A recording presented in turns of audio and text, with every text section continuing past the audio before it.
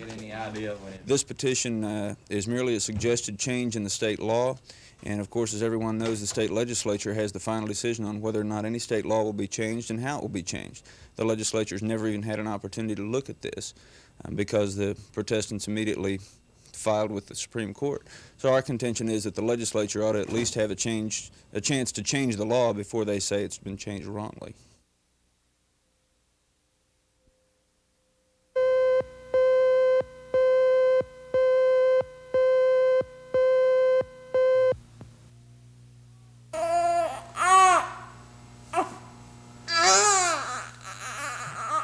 More than 2,000 babies are born here in Deaconess Hospital each year, and that's just a portion of the babies delivered in Oklahoma City alone.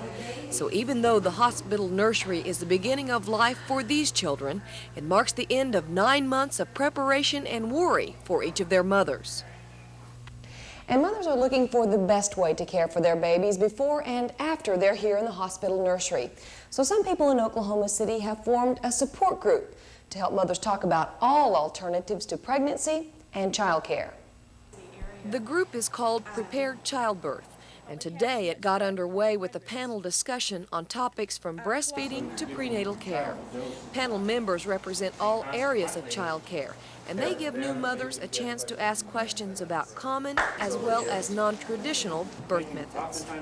There's been many people come and ask me questions. Well, where can we go to find this doctor? You know, how do we go about this with breastfeeding or something? And I said, well, you know, I can give you the information about these individuals, but hopefully in the future we'll be able to have an organization, just, you know, one organization of all these people together. Group leaders hope to have more meetings like this, and if you'd like information, the number to call is 942-0042 or 632-7050. Jane Boone, Action 4 in Northwest Oklahoma City.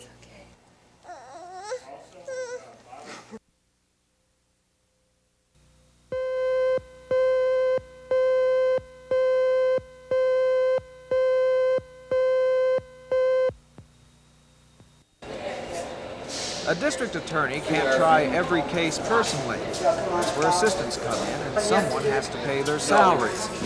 Right now, the money is left up to the mercies of the county commissioners and excise boards. The state pays the DA's salaries and is now proposing to pay for their staff, too. So what's wrong with that? Well, we're going to have the same inequities that we had under county funding, and that is that how many people you had was just sort of luck of the draw, whatever you could talk your excise boards out of. And some DAs, you know, they were in good shape because they got along well with their excise boards and were adequately funded. Some district attorneys will be in the same sorry shape. And also the district Huff wants the bill to be amended to provide for staff funding according to population. That will be more equitable, she says, than the present form. The legislature wants to provide the same amount of money as the county boards. Huff says that will leave staffs already short, right where they are, with an increased caseload.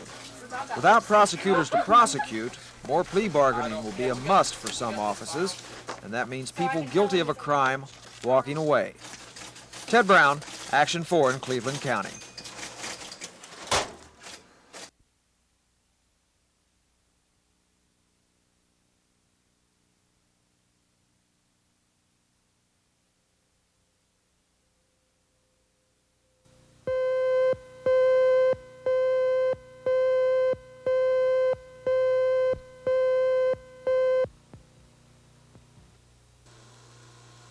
For the past 2 years, Willard Downs has worked to improve fuel alcohol production. With the financial support of the Oklahoma Wheat Commission, Oklahoma State University built a fuel alcohol plant on campus. Downs and agricultural engineers from Oklahoma State have spent hours and hours trying to perfect the process of producing fuel alcohol. Making fuel alcohol is a complicated process if your main objective is to make money. Now, if your objective is to learn a little bit about alcohol and do it as a hobby, you can get by with a lot less technology. But people have been misled in many cases into thinking that you can use subgrade equipment and poor management and still make alcohol fuels economically. The fact is that it just takes good management and good equipment if you're going to make any money at all, even with the current state of the government's tax exemptions.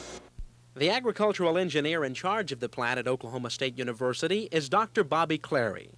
Dr. Clary, is it economically feasible to use fuel alcohol now? Without those subsidies, of course, alcohol fuels produced from agricultural grains could not compete with existing energy supplies. And of course, the reason that we're involved in a research program is to try to improve the process, improve yield, so that we can improve that economic picture so that those federal and state tax subsidies will no longer be needed down the road somewhere.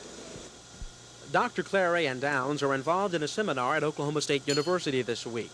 Downs says the seminar is especially for alcohol producers who run into problems and are looking for answers. Another energy-related seminar is going on in Oklahoma this week. With more on this, here's Ted Brown.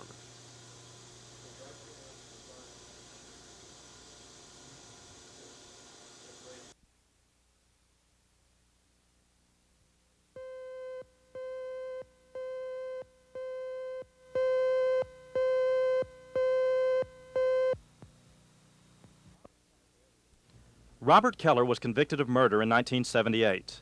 He's been in prison since then. But a Court of Criminal Appeals decision granting bond to Rita Silk Nonai made Keller believe he should be free. Judge Raymond Nafeih disagreed. Nafeih said this case was different from the Nonai case because she was convicted of manslaughter, not murder. So I will not and never have given a bond to a convicted murderer, and I'm not going to start now. I'm not going to start it today. There'll be no blood on my hands. I agree completely with Judge Nafeih that a person convicted of murder should not be out on the streets on an appeal bond. So we're very well satisfied with this ruling. Keller's attorney said Judge Nafeih's ruling was not unexpected. I think Judge Nafeih did his best to interpret the law as it is clearly written, and what I was asking the judge to do was something extraordinary, and that's declare part of one Oklahoma law unconstitutional. And it's very seldom that that happens. Primarily, I wanted to make a record for the Court of Criminal Appeals where we'll file a writ of habeas corpus. So it was back to prison for Robert Keller. For his attorney, it was back to work on an appeal. And for all convicted murderers in Oklahoma, Judge Nafeih's ruling meant that they would stay in prison during the time of their appeals. Bill Ross, Action 4 at the County Courthouse. Motorcycle officer Don Dunsmore suffered leg injuries in another accident while responding.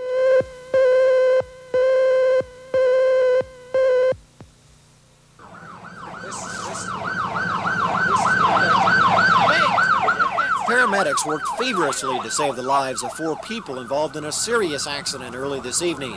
Witnesses say a maroon Chevrolet slammed head-on into a blue Camaro during rush hour traffic. Dwight Edwards was driving home from work when the maroon car sped past him. He passed me doing at least about 75 or 80 miles an hour. And he tried to miss this van, and that's what made him go over the center line and hit this other car here, this blue car here. Head on. Head on. The woman driving the blue Camaro died at Oklahoma Memorial Hospital a few hours ago. Her 2 children were treated and released. The driver of the maroon car is in critical but stable condition. Motorcycle officer Don Dunsmore suffered leg injuries in another accident while responding to the first wreck. Scott Wallace, Action 4, Northeast Oklahoma City.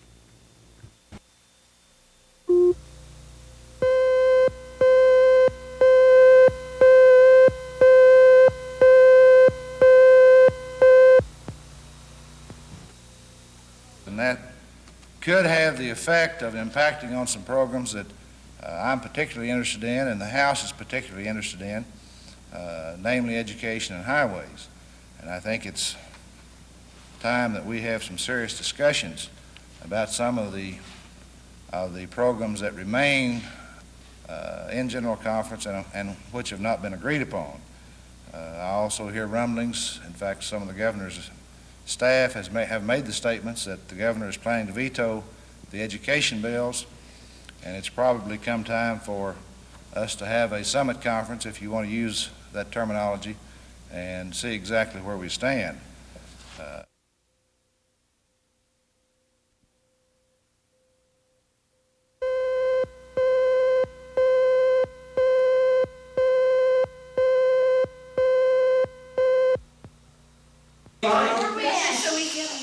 Just about everyone's least favorite subject in school is math. When you hit the 9th grade, it specifically becomes algebra. But a former Air Force test pilot from Norman has discovered a new way to teach algebra. Simply put, the method depends on repetition of the subject's basic rules. A textbook that forces a student to remember on page 200 what he learned on page 2.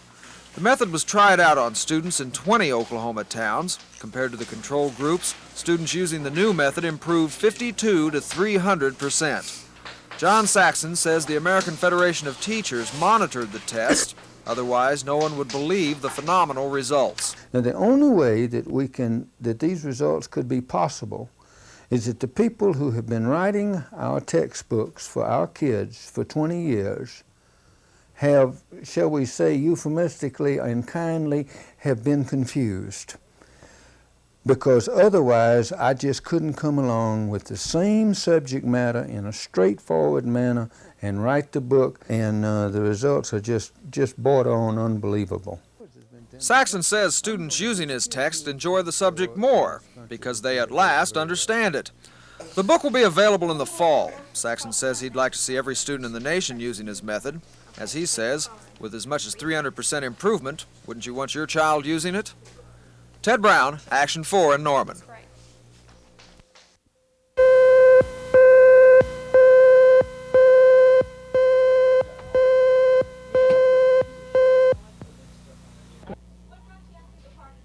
The nice weather and friendly people.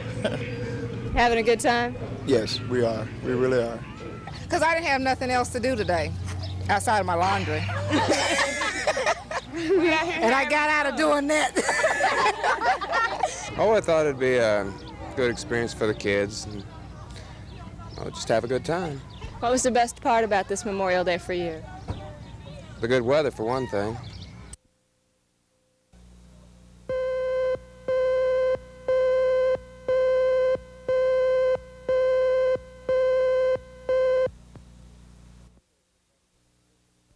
Veterans groups and relatives of veterans visited Oklahoma City's cemeteries today to pay their respects. Flags and flowers blossomed on graves as Oklahomans saluted their war dead. Those men and women are worthy of far greater recognition than mere words or markers. At Fairlawn Cemetery, a small gathering paid tribute to Private Manuel Perez. He was one of 13 Congressional Medal of Honor winners from Oklahoma. And in honoring Manuel Perez Jr., we honor also all those men and women who have proven their love for God and country. Order, arm. Firing squad, assume firing position. Fire. Present, arm. And for those who did not have someone nearby to remember them, a large service was held at the Memorial Park Cemetery. All of today's services had the same purpose, to honor all Americans who paid the ultimate price to help keep America free. Scott Wallace, Action 4.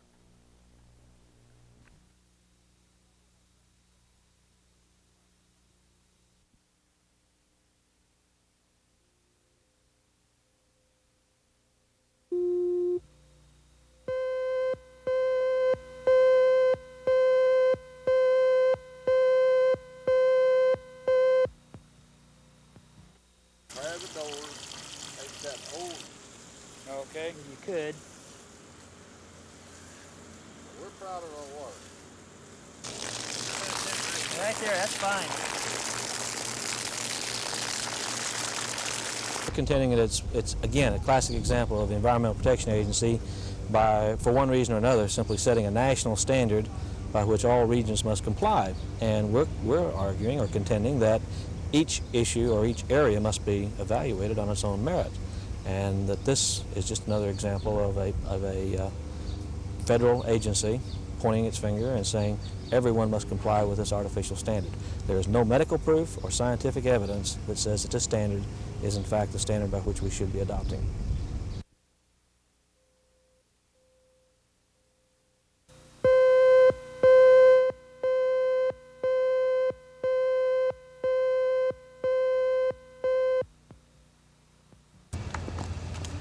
Each of the 137 graduates at Harrah High School has been looking forward to this night for 4 years. I want to miss you so much. Miss me? You're going to see me a lot more than you think. I told my mom I was going to live at your house. You're not going to get rid of me. For many, it's a time to say goodbye to old friends.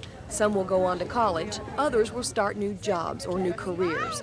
But for these graduates, the caps and gowns symbolize beginnings, endings, and the realization that a major goal has been met.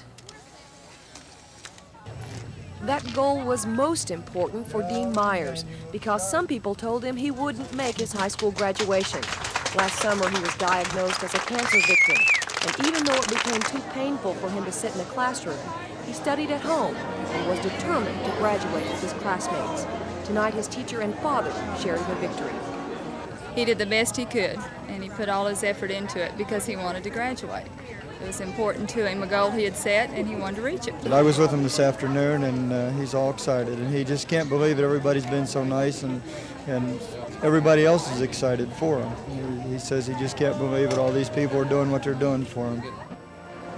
But his classmates said that they couldn't do enough for Dean.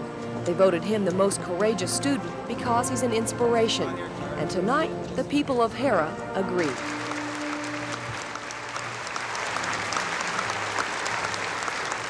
Jane Boone, Action 4 in Harrah.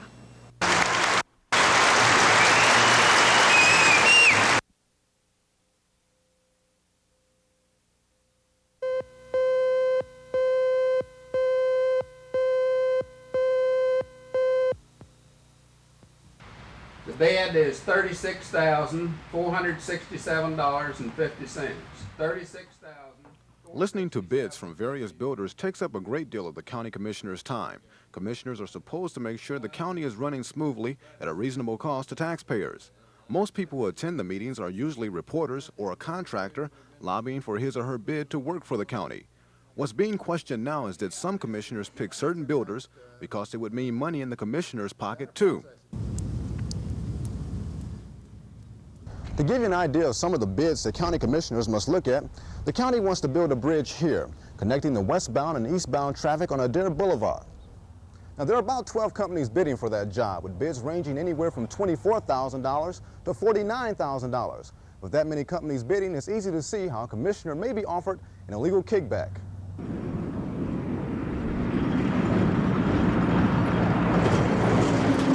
As for what the commissioners did today, this bridge at Northeast 23rd and Canadian River will be made into a new 4-lane bridge. The commissioners agreed to pay for the engineering, and the city will pay for construction. Just down the road on Northeast 10th and Canadian River, the commissioners voted to repair this bridge, using the same agreement with the city. Today's meeting was fairly quick and routine, but commissioners say that could always change from meeting to meeting. Ed Stewart, Action 4 at the Oklahoma County Building.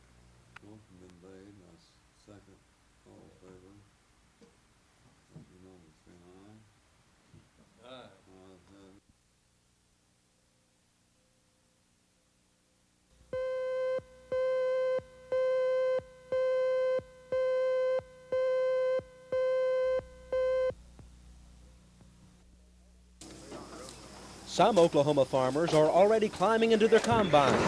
It's harvest time.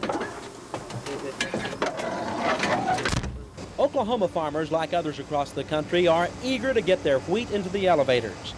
A few combines were in the fields earlier this week.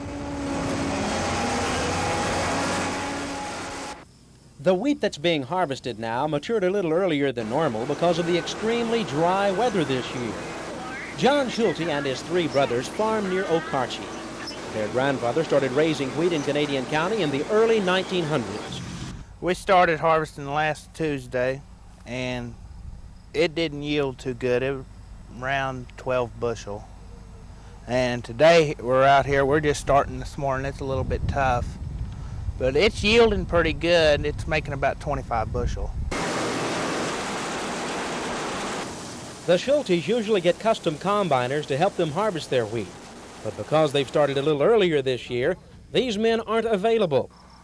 The custom combiners are busy working in the wheat fields of Texas.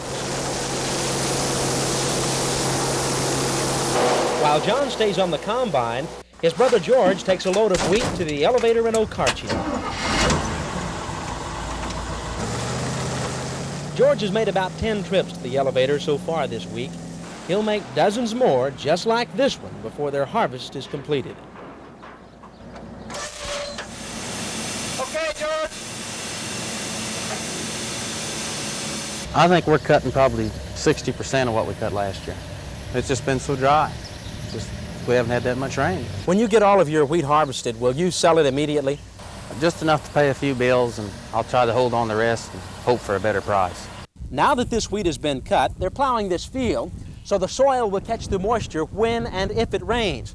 Now they'll plow this field about 3 or 4 times during the next few months. Then in September, wheat will be planted here again. Ben McCain, Action 4, Canadian County.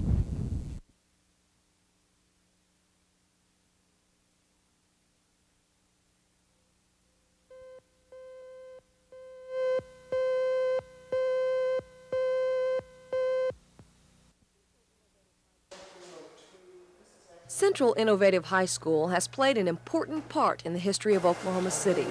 This picture was taken in the early 1900s when the school was known as Oklahoma High School.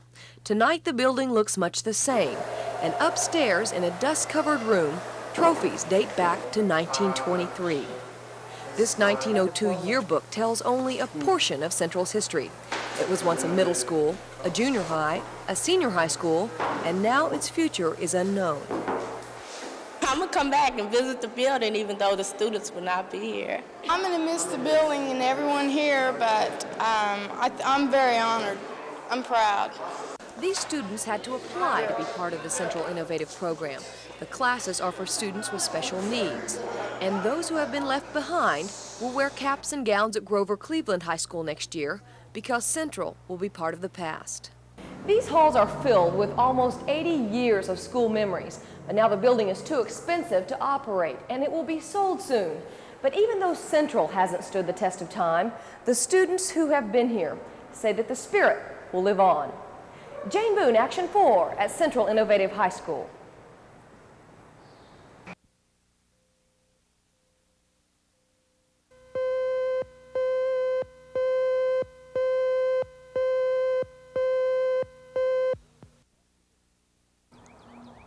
There it is, off in the distance, the National Cowboy Hall of Fame. City and state leaders have already decided to make the area around the hall a state park. But one man wants to take it a step further. He wants to build an Indian Heritage Center near here, featuring the 5 civilized tribes of Oklahoma. And he says it's just the buffer zone the Hall of Fame needs. Oklahoma City Attorney Jim Jennings has formed a committee to support a proposed Indian Heritage Center. This map shows in the shaded area where Jennings would want the Indian Center to be built in relation to the Hall of Fame. There is currently a building moratorium here, with the exception of people remodeling or adding rooms to existing single-family homes. Jennings says leaders from the 5 civilized tribes, the Cherokee, the Chickasaw, Choctaw, Creek, and Seminole, have been consulted. Jennings explains why only 5 tribes are being considered. At one time, of course, there were 67 identifiable tribes in Oklahoma. Now I understand there are 29. And it would just be impossible to tell the story of 67 tribes in one center, because their history and background and cultures were so different. And as a matter of fact, there are various culture groups, but mainly it's important that we try to limit the telling of our story to a story that can be accomplished. But Governor George Nigh says he would rather have the Indian leaders themselves ask the state to buy the land for a museum. I think there's one other area of concern also, and what's the official position of the tribe, the governmental leadership. For example, if the state just says we're going to do this, that's one thing. On the other hand, I would say that we would more nearly need to hear from the official representatives of the various Indian tribes asking the state to put this into effect. Otherwise, we would be tampering with their efforts to preserve their historical significance. And so rather than it being a private venture, I would much prefer hearing from the tribal organizations themselves. As for the Hall of Fame, officials there could not be reached for comment. Jennings says in his conversations with the Hall's executive director, Dean Crakel, he felt Crakel liked the idea, while Governor Nigh says he wants the state to first fulfill its promises to preserving the Hall before taking on a new project. Ed Stewart, Action 4.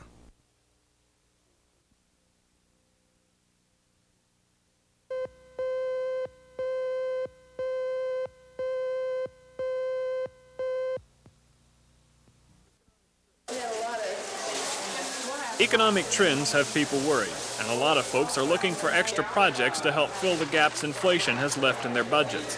At the same time, an emphasis on nutrition has more and more people interested in naturally grown produce. It seems only natural then that the two trends would meet, and that gardeners with a lot of space could turn extra produce into profit. That's the idea behind the Cleveland County Saturday morning farm market.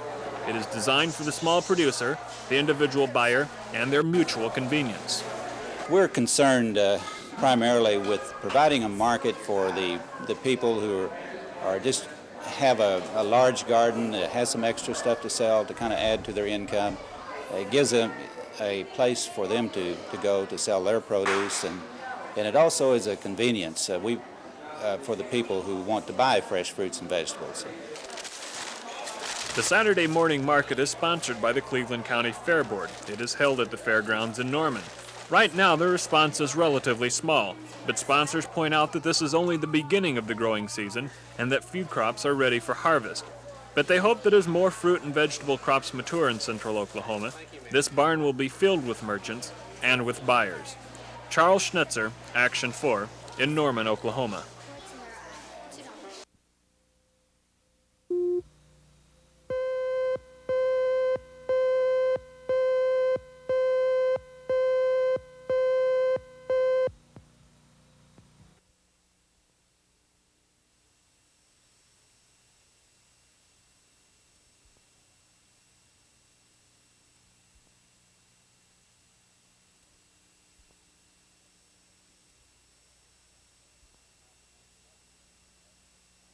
Could complement another study, but unfortunately that the Environmental Protection Agency sanitary fields can be put in.